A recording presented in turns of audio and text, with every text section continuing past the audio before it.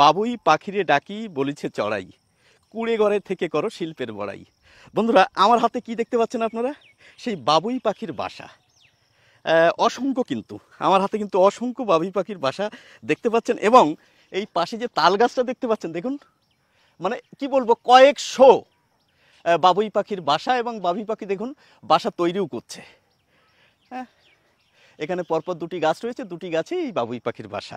এবার ক্যামেরাকে একটু নিচে নামাতে বলবো, কারণ আমার হাতে যে আপনারা কটি দেখলেন তার থেকে নিচে ধরুন প্রায় খান 20-30 এই যে বাবুই পাখির বাসা দেখুন পড়ে রয়েছে। এবার এই বাবুই পাখির বাসা নিয়ে কিন্তু বন্ধুরা বেশ কয়েকটি কথা প্রচলিত রয়েছে, সেটি সত্যতা আমি যাচাই করব আজ। বাবুই পাখি আমরা শুনেছি যে রাতে অন্ধকার কাটানোর জন্য জোনাকি পোকা এই বাসার ভিতরে এসে রেখে দেয় যাতে ঘর আলোকিত থাকে।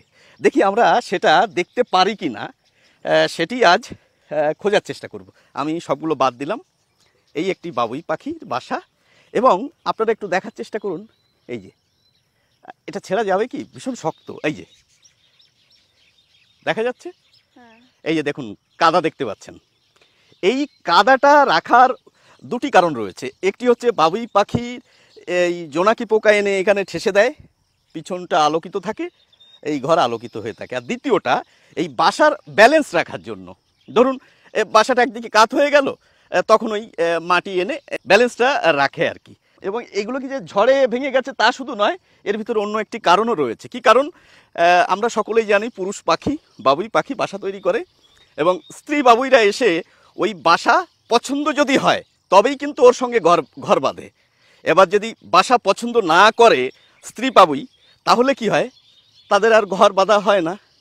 তখন ওই পুরুষ বাবুইটা কী করে, ইচ্ছে করেই তার ঘরটা ভেঙে দেয়, আবার নতুন করে ঘর বাঁধা শুরু করে।